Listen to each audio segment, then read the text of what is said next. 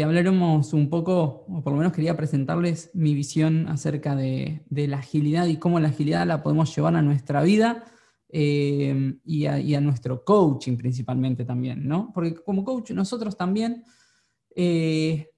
somos servidores, ¿sí? Estamos al servicio de, siempre tenemos a nuestros clientes. Por definición, una relación de coaching tiene un coachee, un cliente, por lo tanto es un servicio, ¿no? Y antes les cuento un poco qué me trae acá, como para entender un cachito cuál es el trasfondo que me deposita en este momento hablando de esto.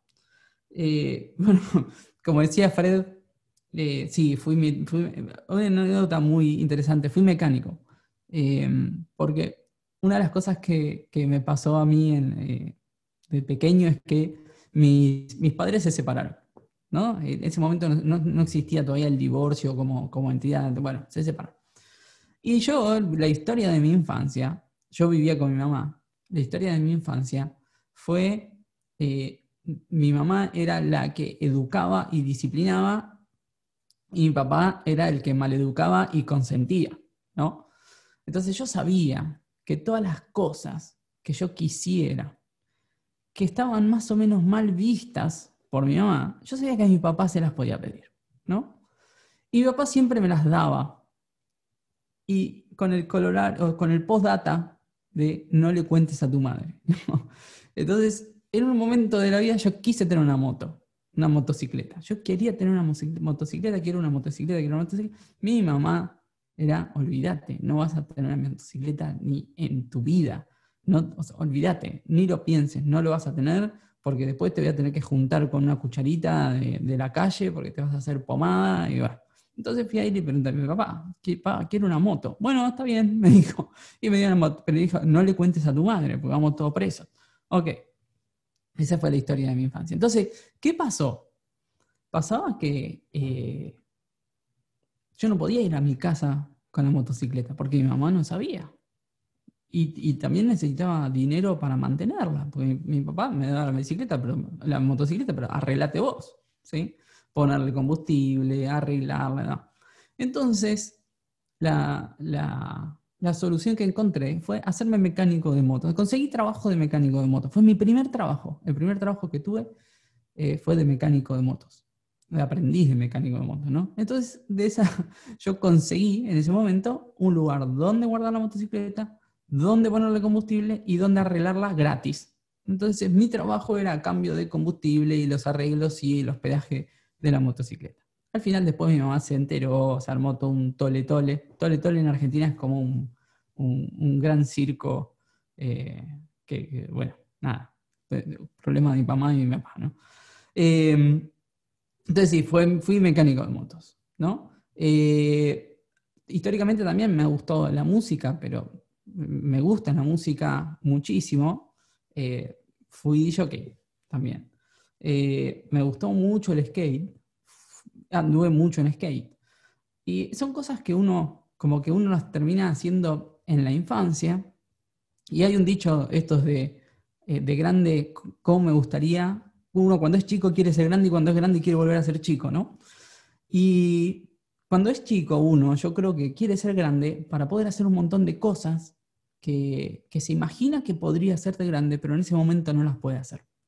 Y cuando uno es grande, a veces quiere ser chico porque yo creo que más no está tan del lado de lo que quiero hacer y no puedo, sino aquellas cosas que me voy a arrepentir si no hago. Entonces quiero volver atrás para poder hacer un montón de cosas que no hice, un montón de cosas que pospuse, y en esa mentalidad de no, eh, como no darnos el permiso para disfrutar, no darnos el espacio para el ocio, ¿no?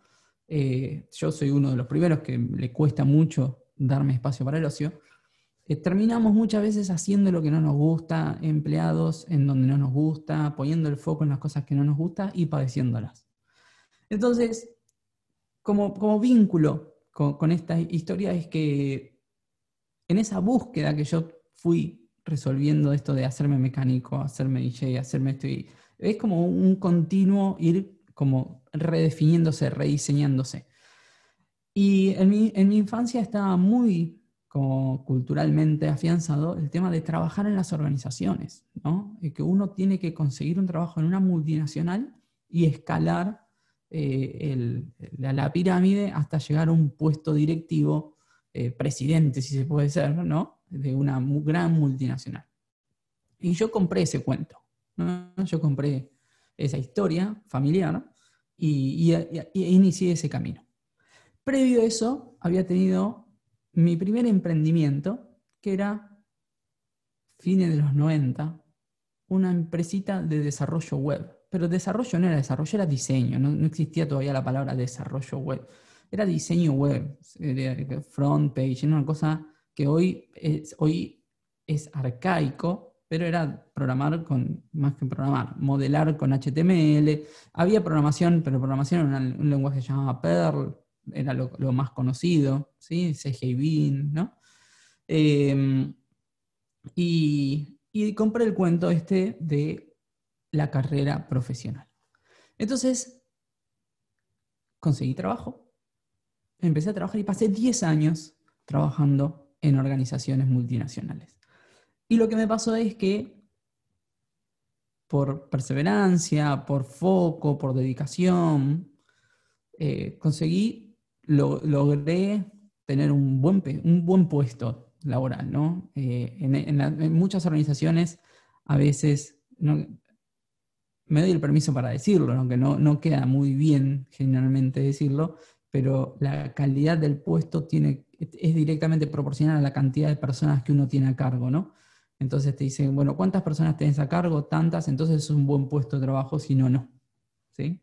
Eh, y, y había conseguido un buen puesto con mucha gente a cargo y, y me di cuenta que lo que estaba haciendo no me llenaba. Y esta historia, el epicentro de esta historia en ese momento coincide con el día de mi cumpleaños del 2009, 16 de julio del 2009.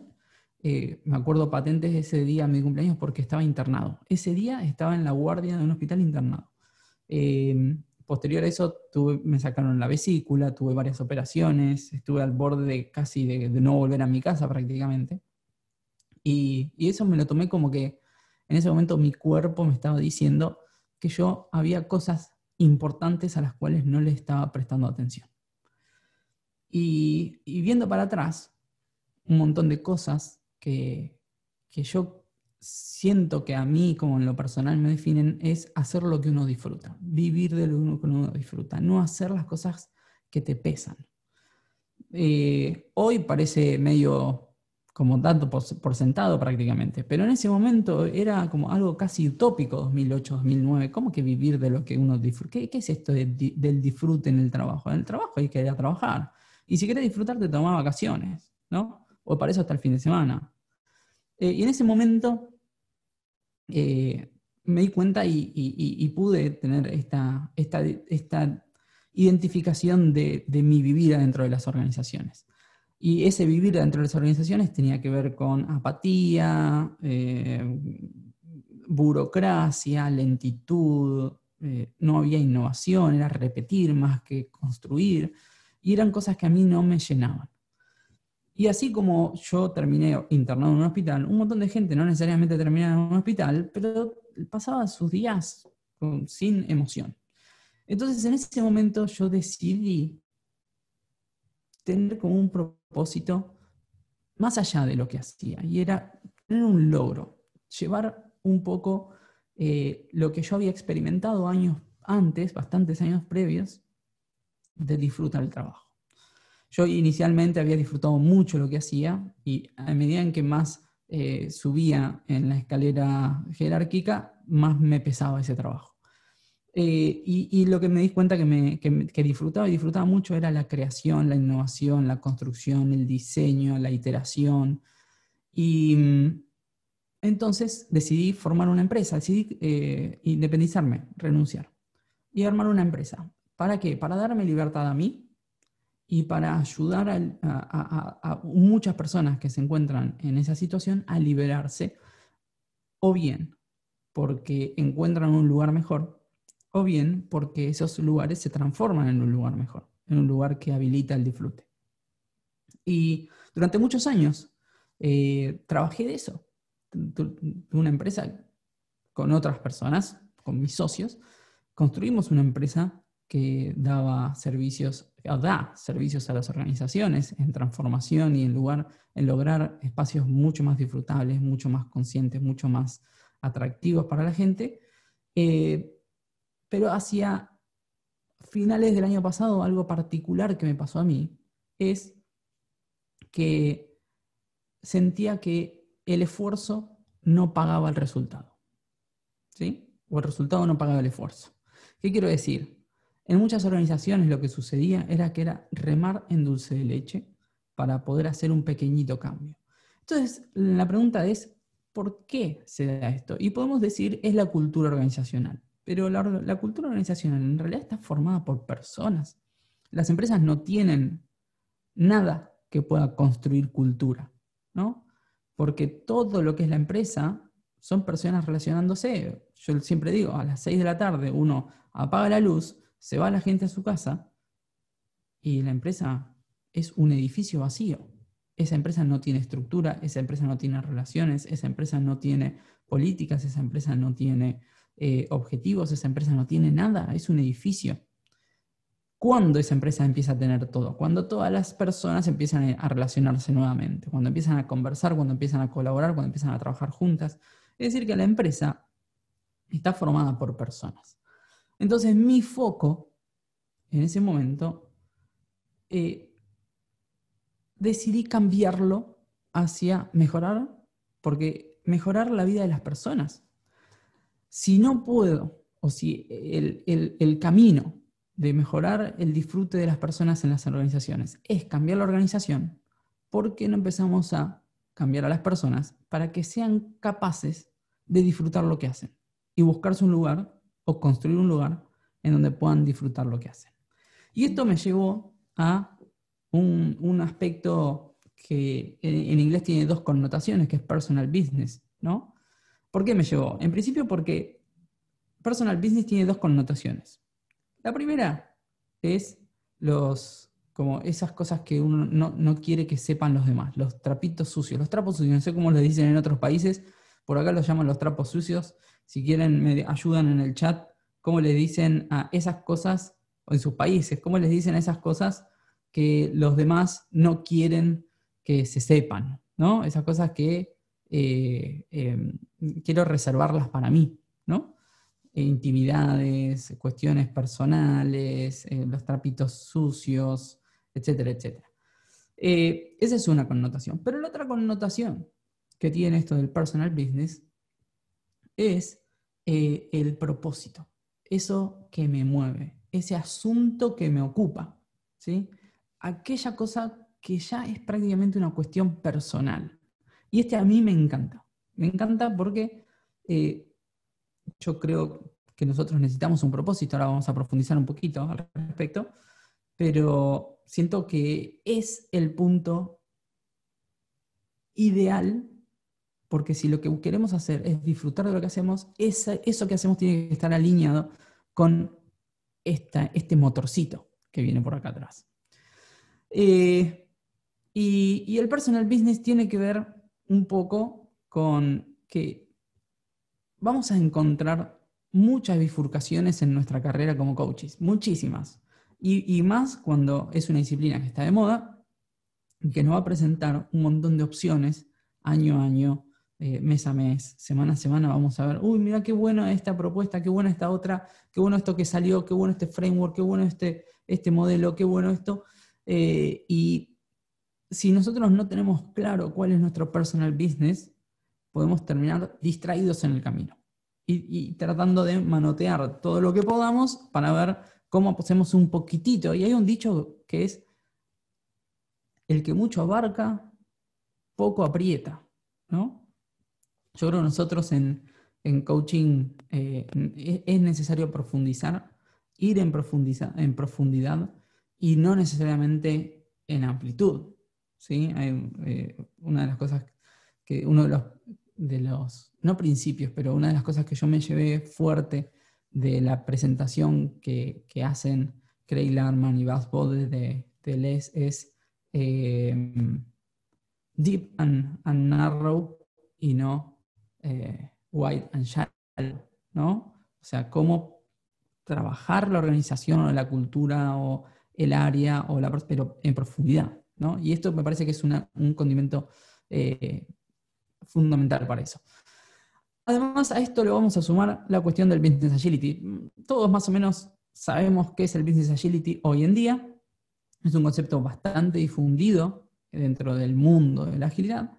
Solamente hacemos un repasito cortito y podemos decir que el Business Agility es la capacidad de una organización para adaptarse rápidamente a los cambios del mercado, ¿sí? Responder rápido y flexiblemente a las demandas de los clientes, no solamente por el cambio del mercado, sino que mis clientes demandan otras cosas. Adaptarse y liderar el cambio de una manera productiva y rentable, sin comprometer la calidad. Y podemos cerrar, que tiene que ver con mantenernos continuamente en un punto de ventaja competitiva. Esto es lo que es Business Agility. Y cuando podemos como mezclar el Personal Business con el Business Agility, nos queda como el Personal Business Agility. Y esto es un concepto que a mí me voló la cabeza. Y es, ¿cómo puedo hacer para mantenerme vigente con diferencial competitivo, haciendo lo que disfruto, prestando la atención al mercado, prestando la atención a los clientes y adaptando mis servicios como coach, como consultor, como mentor, como trainer, ¿no? Pero es constantemente estar atentos a esos cambios, a esos rediseños que necesito ir haciendo en mi vida. Entonces, como podríamos definirlo como la capacidad de una persona para llevar adelante su propósito, adaptándose rápidamente a los cambios del mercado, respondiendo rápido y flexiblemente a las necesidades de sus clientes, liderando el cambio de una manera productiva y rentable sin comprometer la calidad y manteniéndose continuamente con ventaja competitiva como profesional a nivel personal. No estoy hablando de business agility, estoy hablando a nivel personal, personal business agility. Y en este trabajo, mi propuesta tiene que ver con un mindset. Nosotros cuando hablamos de mindset, ¿qué es mindset? ¿A qué llamamos mindset? ¿No? Yo creo que mindset es un conjunto de creencias. Mi mindset tiene que ver con lo que yo creo, ¿no? Identifico 5 creencias fundamentales a la hora de mantener un mindset como amigable a la adaptabilidad, ¿no? A la adaptación y a entregar el mayor valor posible constantemente. Y esas 5 creencias tienen que ver con lo siguiente. En principio necesitamos creer que hay un sentido más allá en lo que hacemos. Esto habla un poco del propósito. Esto habla un poco de no hacerlo, por ejemplo, por una movida económica, sino que el disfrute, si yo lo que quiero hacer es disfrutar lo que hago, necesito, más allá de la cuestión económica, un propósito, tengo que creer, tengo que estar convencido que hay un sentido, hay un para qué en lo que hago. ¿Para qué hago lo que hago? ¿Para qué soy coach agile? ¿Para qué soy trainer agile? ¿Para qué soy... ¿Qué hay en la agilidad? ¿Cuál es mi para qué con respecto a la agilidad? ¿Por qué esto? Porque si es por dinero, no te la vas a disfrutar. Pero no la agilidad. Cualquier cosa que hagas, si lo único que te mueve es el dinero que eso te da. Porque cuando eso deja de dar dinero, ya lo empezás a padecer, ¿no? Porque es el sentirme atraído no por lo que hago, sino por una consecuencia de lo que hago, ¿no? No por el impacto que genero en el mundo, sino por una consecuencia transaccional. Y bueno, ahora vamos a volver un poquito más sobre este tema cuando hablemos de los valores. En segunda instancia, creer que tú y las cosas no son inmutables. Esto es un gran aprendizaje que yo tuve en mi formación como coach.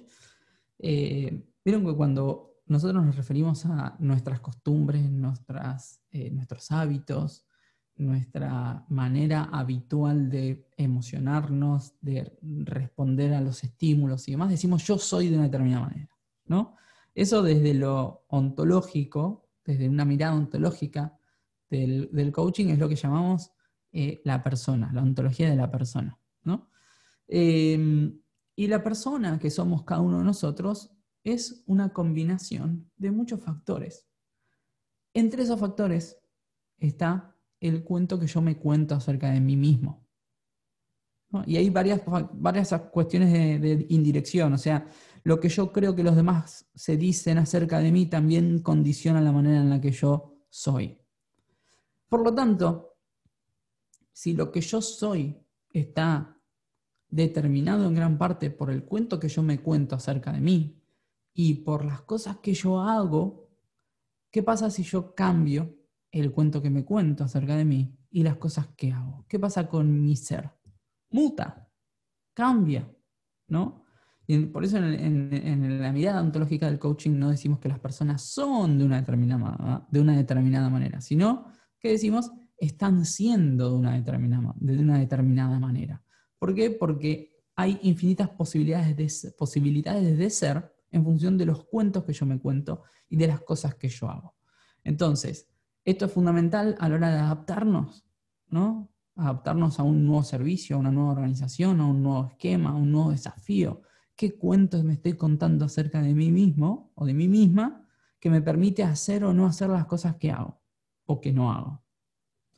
Eso es como casi el ABC del coaching, ¿no?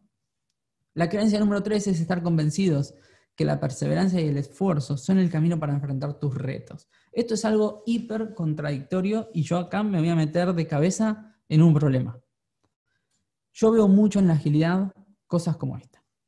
En el mundo de la agilidad veo mucho cosas como esta, ¿no? Acá tenemos una publicación de Airbnb, ¿sí? Que decía Palermo Camping, ¿sí? Double Room Tent, ¿no? Y hay una carpa en una terraza, ¿sí? Y esto yo creo que como concepto de MVP está bueno. El tema es que si el servicio o el producto va a terminar siendo así, tenemos un problemita, ¿no? Tenemos un problemita. Y, y yo encuentro muchas veces que al conversar con gente, a ver la evolución de los productos, a ver la evolución de los servicios, ¿no? De las Agile Trainers, Agile Coaches, en las organizaciones mismas, como que tenemos dos extremos. Tenemos el extremo en donde se dice el MVP son 4 años de trabajo, ¿no? Que eso no puedes nunca ser un MVP. Y en el otro extremo tenemos el MVP es lo mínimo, la ley del menor esfuerzo, ¿no? La ley del menor esfuerzo. Es lo mínimo, y porque sí, porque la agilidad dice que tenemos que ser sostenibles indefinidamente en nuestro trabajo. Nuestro ritmo tiene que ser sostenible indefinidamente. Y esto que hice es un MVP. Y la verdad es que le falta mucho a los productos, le falta mucho. Le falta mucho a nivel de usabilidad, le falta mucho a nivel de acabado, a un training le falta mucho a nivel de identidad, a nivel cierre de experiencia de aprendizaje. Hay mucha improvisación, que no digo que sea mala, pero cuando es constante creo que es peligrosa. Y como que se termina menospreciando el esfuerzo, ¿no? Entonces, para mí, una de las claves para ser profesionales excelentes en lo que hacemos tiene que ver con esto de valorar la perseverancia y el esfuerzo, porque son la clave para enfrentar los retos. A través de la perseverancia y el esfuerzo y la inteligencia, podemos enfrentar retos cada vez más grandes. Sin esto, mi creencia es que nos quedamos cortos. La creencia número 4 es que tenemos que creer que las críticas son una oportunidad de crecimiento, ¿sí? Lo que nos va a... Es una de las premisas por las que, trabajamos en la agilidad, ¿no? Nosotros asumimos que la forma de tener éxito es recabando feedback, obteniendo opiniones. Y el feedback y las opiniones a veces no son las mejores, no son percibidas por nosotros como buenas, sino percibidas como críticas. yo creo que las críticas tenemos que tomarlas como una oportunidad de crecer. Yo crezco a partir de las críticas, no necesariamente de todas las críticas, sino principalmente de aquellas que nos hacen sentido, que nos hacen ruido. Y la última creencia es estar convencidos. Tenemos que estar convencidos que no tenemos acceso a la información completa, que solamente vemos un recorte de la realidad. Para quienes vienen del mundo del coaching, esto es súper familiar también con las enseñanzas o la línea de coaching de Echeverría, de Olaya, de Fernando Flores. Somos seres interpretativos. No conocemos cómo las cosas son, solamente conocemos cómo somos capaces de interpretarlas. Perdón, ni siquiera somos conscientes sobre cómo somos capaces de interpretarlas. Lo que conocemos es cómo las interpretamos, ¿no?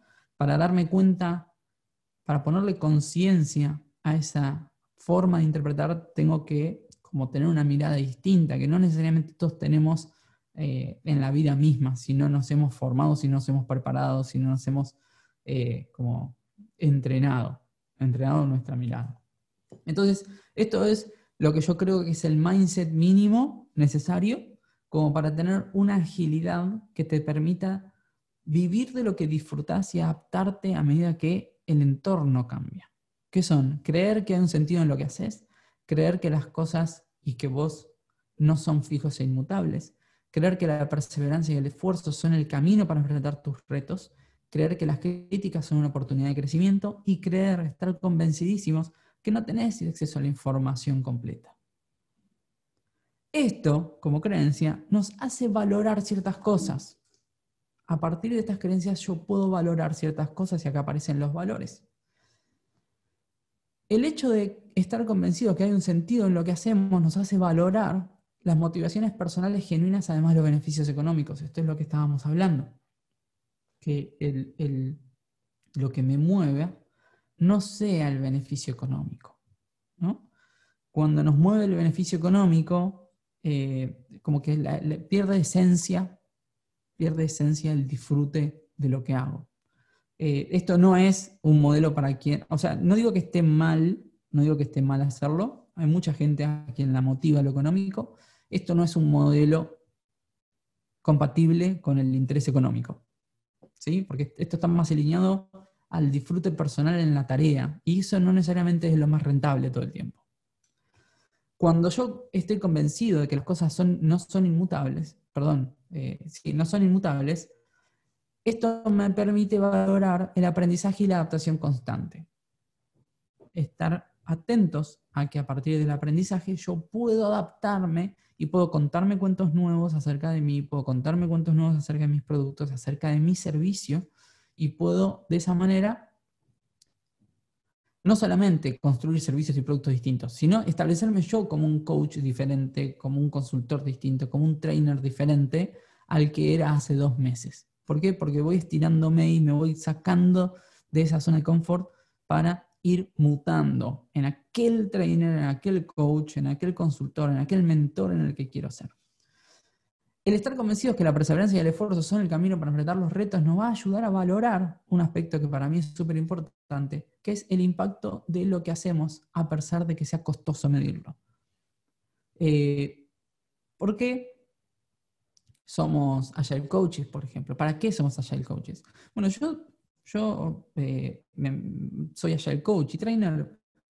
El para qué tiene que ver con generar que las personas sean capaces de disfrutar lo que hacen. Entonces, todo lo que hago, lo hago de manera tal que las personas puedan disfrutar lo que hacen. Ahora, ¿cuál va a ser el indicador de éxito? Y el indicador de éxito no va a ser la cantidad de personas que hay en mis cursos, no va a ser la cantidad de organizaciones que tengo como clientes, no va a ser la cantidad de emprendedores que estoy asesorando o ayudando a construir una organización. El indicador de mi éxito es qué nivel de disfrute tienen mis clientes en las cosas que hacen. Porque si yo tengo 70 participantes en un curso y ninguno después disfruta lo que hace, y soy bueno convocando, pero después no soy bueno haciendo el para qué de lo que hago, ¿no? Generando el impacto que quiero generar. En cuarta instancia, si yo estoy convencido que las críticas son una oportunidad de crecimiento, es cuando voy a valorar y voy a poder valorar, primero poder ver y poder valorar el feedback de mis clientes. ¿Por qué? Porque ese feedback es la semillita que me mueve hacia ese crecimiento. Eso es que hace nacer esa inquietud de crecimiento. Ahora vamos a volver un cachito sobre esto. Y la creencia número 5 me habilita, que es el estar convencidos que no tenemos acceso a la realidad completa, la información completa, nos va a llevar a valorar las dudas acerca de nuestros propios supuestos. Una gran desafío. Este es un enorme desafío. Estar como sospechar de nuestras propias creencias, de nuestros propios supuestos. Más especialmente cuando estamos diseñando productos, cuando estamos diseñando intervenciones, cuando estamos diseñando servicios o cuando queremos ver el progreso de cómo va evolucionando una transformación o el servicio que estemos dando, ¿no? Cómo dudo acerca de mis propios supuestos. Entonces, para poder construir negocios, carreras que podamos disfrutar y que nos permitan vivir de lo que disfrutamos, para mí tenemos que valorar estas 5 cosas. Que las motivaciones genuinas, además de los beneficios económicos, ¿sí? No necesariamente por sobres, además de los beneficios económicos, valorar el aprendizaje y la adaptación constante, valorar el impacto de lo que haces a pesar de que sea costoso, valorar el feedback de tus clientes y valorar la duda acerca de tus propios supuestos. Estas 5 valoraciones nos van a dar una serie de prácticas que van a ser un poquito más fáciles de llevar a la práctica, justamente. ¿Okay? Al valorar estos aspectos, al verlo de esta manera, nos va a facilitar el camino de implementación de estas prácticas. Las prácticas tienen que ver con contar con un propósito claro. ¿Para qué haces lo que haces?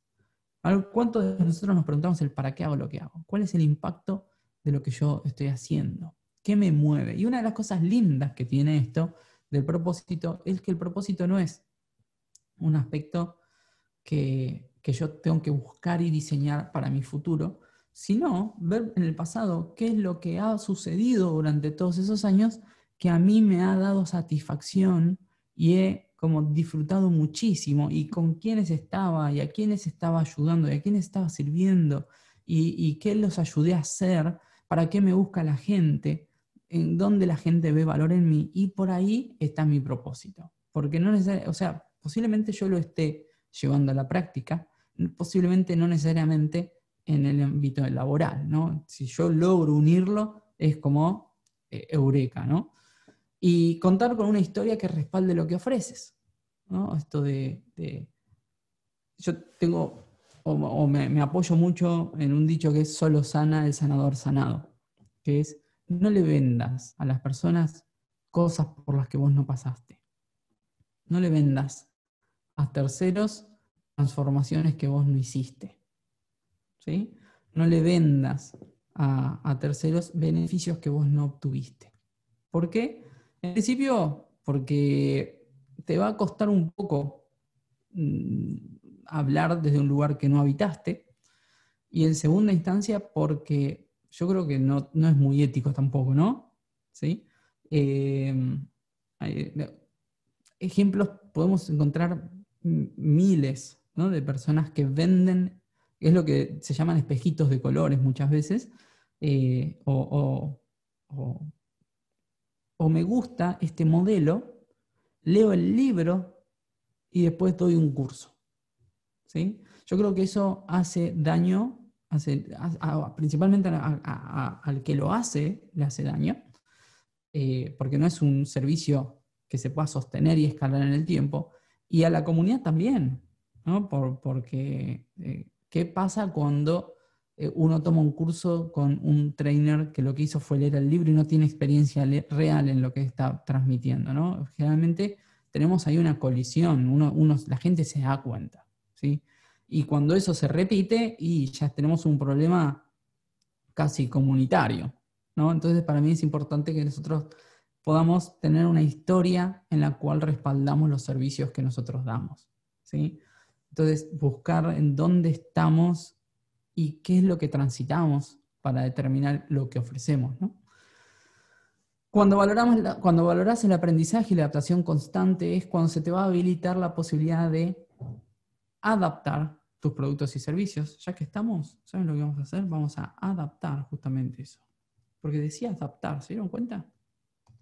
Vamos a adaptarlo. Ahí estamos.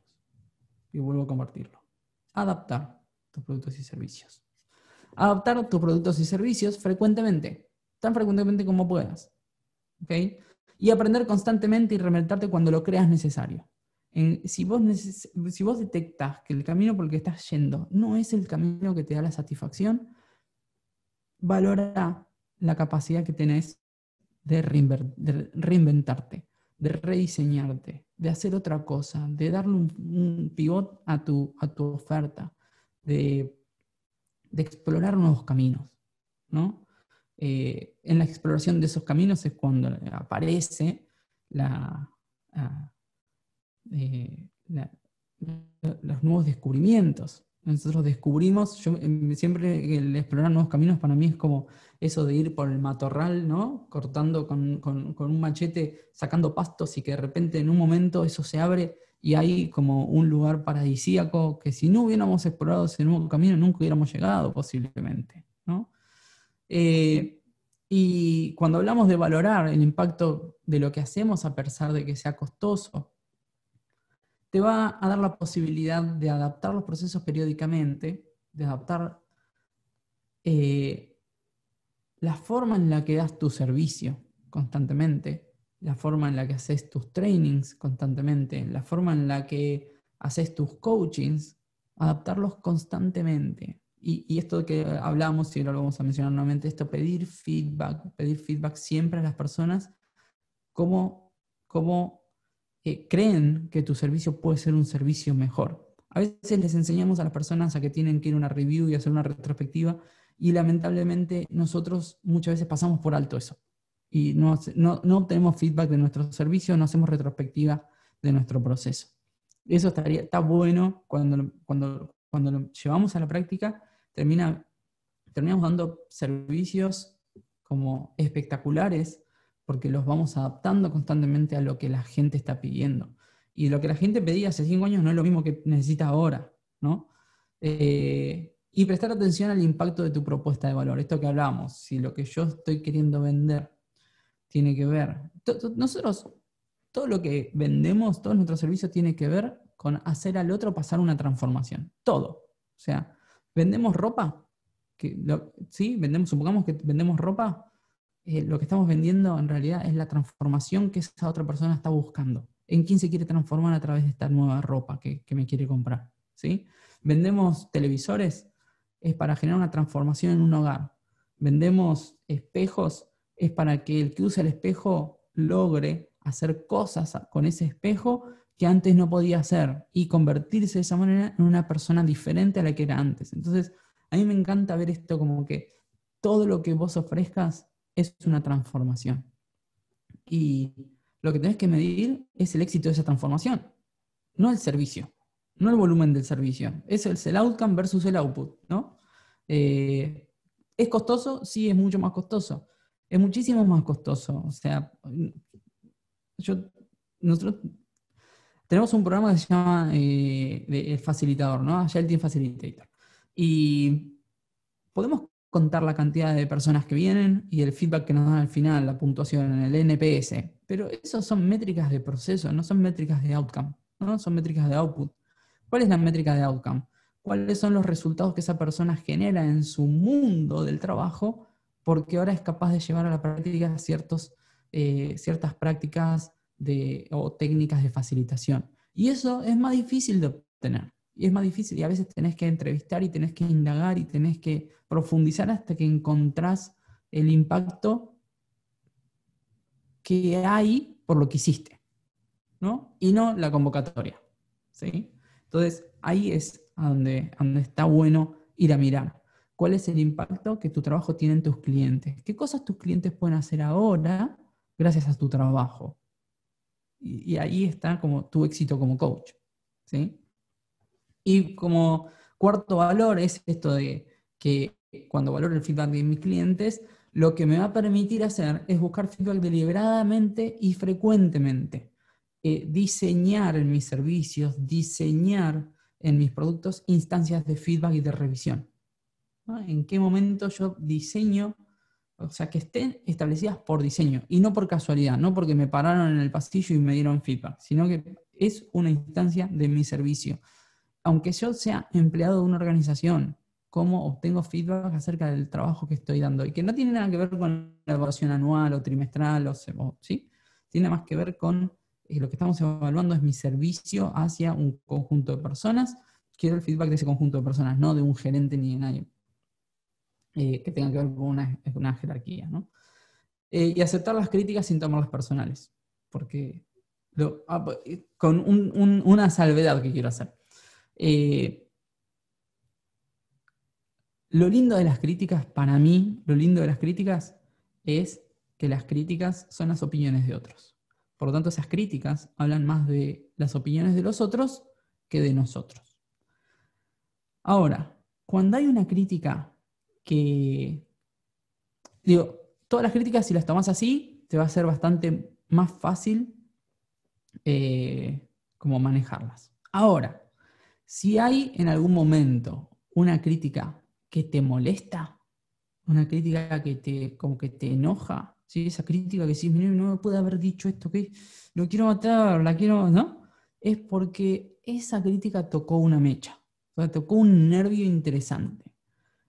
Bueno, ¿cuál es el nervio que tocó?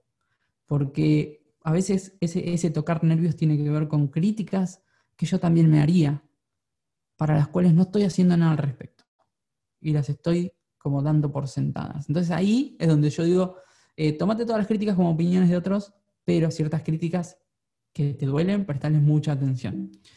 Y la última tiene que ver con valorar la duda acerca de los propios supuestos. Y esto para mí es importantísimo, que nos demos el permiso para experimentar, para validar. No para hacer, no hacer por hacer, eso es improvisación. Pero si yo hago con el objetivo de validar, cuando podríamos decir todo el Lean Startup, podríamos decir que estamos en el ciclo de idea, construcción y aprendizaje, ¿no? Idea, construcción, medición, aprendizaje. Entonces, esto de, bueno, ¿qué voy a experimentar? Pero ese que voy a experimentar es un resultado de haberme preguntado antes qué quiero aprender, ¿no? Entonces, experimentar para validar. Y finalmente, compartir información abiertamente. ¿Por qué? Porque vos no tenés acceso a toda la información, ves segmentos de la información. Y los demás también. Entonces, al aportar información, al compartir información, estás ayudando a que no necesariamente tengan acceso a la realidad, pero sí a una realidad un poquitito más amplia, ¿no? Un poquitito más, al que el recorte de la información sea un poquito más grande. Entonces, para mí es importante, ahí el aporte tiene algo importante. ¿Qué es Personal Business Agility entonces? Es la capacidad de diseñar, iniciar y escalar tu negocio o tu carrera de consultoría, de coaching, de mentoring y training a partir de tus propias experiencias. O sea, ofrezcámosle al mundo transformaciones por las cuales nosotros hayamos pasado. Seamos honestos en lo que hacemos, porque eso nos va a permitir disfrutar lo que hacemos. Aprovechando la agilidad de negocio, esto que hemos visto de la agilidad de negocio, con base firme en un determinado mindset, o sea, un conjunto de creencias específicas, con ciertos valores específicos y prácticas determinadas. Y como que este modelo tiene un poco que ver con el mindset, es la mente, los valores son el corazón y las prácticas son las manos, ¿no? Entonces, es como esto es algo que a mí me gusta mucho del coaching, que es el lenguaje, emoción y cuerpo, ¿no? Esto es como el conjunto de la coherencia que nos da. De esta manera, siempre vas a estar vigente, siempre te vas a mantener con calidad competitiva, haciendo realidad tu propósito, disfrutando lo que haces e impactando significativamente tus clientes, que me parece que son los 3 pilares necesarios para que podamos disfrutar profundamente lo que hacemos, independientemente en dónde estemos, ¿sí? Una cosa que les quiero dejar es hay Canvas, siempre hay Canvas, ¿no? Siempre tenemos algún Canvas. Bueno, no vamos a hacer la excepción, así que quien quiera abarcarse el Canvas que básicamente este Canvas es un agrupamiento de preguntas interesantes para que nos hagamos cada uno de nosotros acerca de lo que hacemos, acerca del propósito de lo que hacemos, de cuál es la historia que sostiene lo que hacemos, cuál es el impacto que tiene esto que hacemos, qué aprendizajes o reinvenciones hemos pasado o tenemos que pasar. Entonces, si lo que querés bajártelo es bit.ly/pba-canvas. Y bueno, muchísimas gracias. Creo que estamos en tiempo, 17:05. Muchas gracias. Todo feedback es súper bienvenido. Todo el feedback que nos acerquen va a ser súper, súper valorado y agradecido. Nos pueden escribir a feedback@martinalaimo.com y cualquier cosa que necesiten, acá estamos. No sé cómo seguimos. ¿Hacemos preguntas, cuestiones o pasamos? Ustedes digan.